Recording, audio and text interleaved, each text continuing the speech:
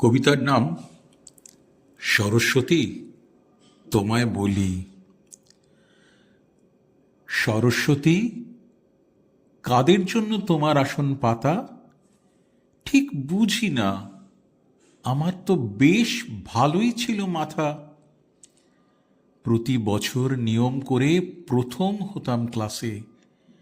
নম্বরে তো থাকতো না কেউ আমার আশেপাশে। স্যার বলতেন, এই ছেলে মান বাড়াবে নির্ঘাত। দেখছো না ওর মাথায় স্বয়ং সরস্বতীর হাত। সরস্বতীর হাত কিরকম, কাদের মাথায় পড়ে ঠিক বুঝি না। সরস্বতী থাকেন কাদের ঘরে। ফল বেরোলেই দৌড়ে আমি যেতাম বাবার কাছে, কিন্তু আমার বাবার সেসব দেখার সময় আছে?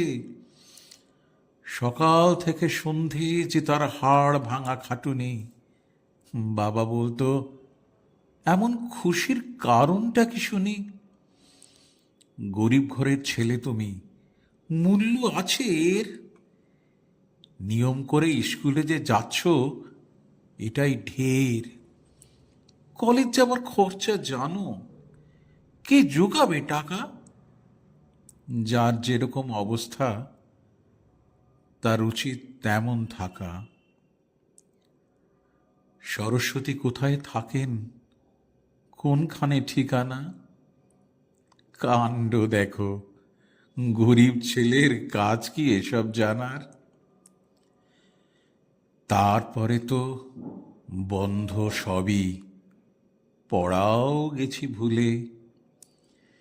দেখতে দেখতে 2 বছর পা রাখেনি স্কুলে।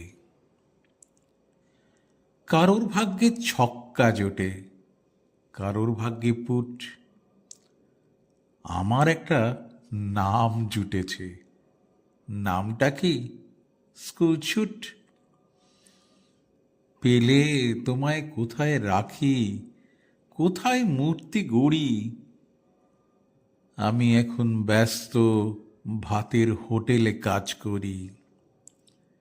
স্যার ডাকতেন নরম সুরে স্নেহের ছোঁয়া দিয়ে, এখন মালিক ধমকে বলে টেবিলটা মোচ গিয়ে।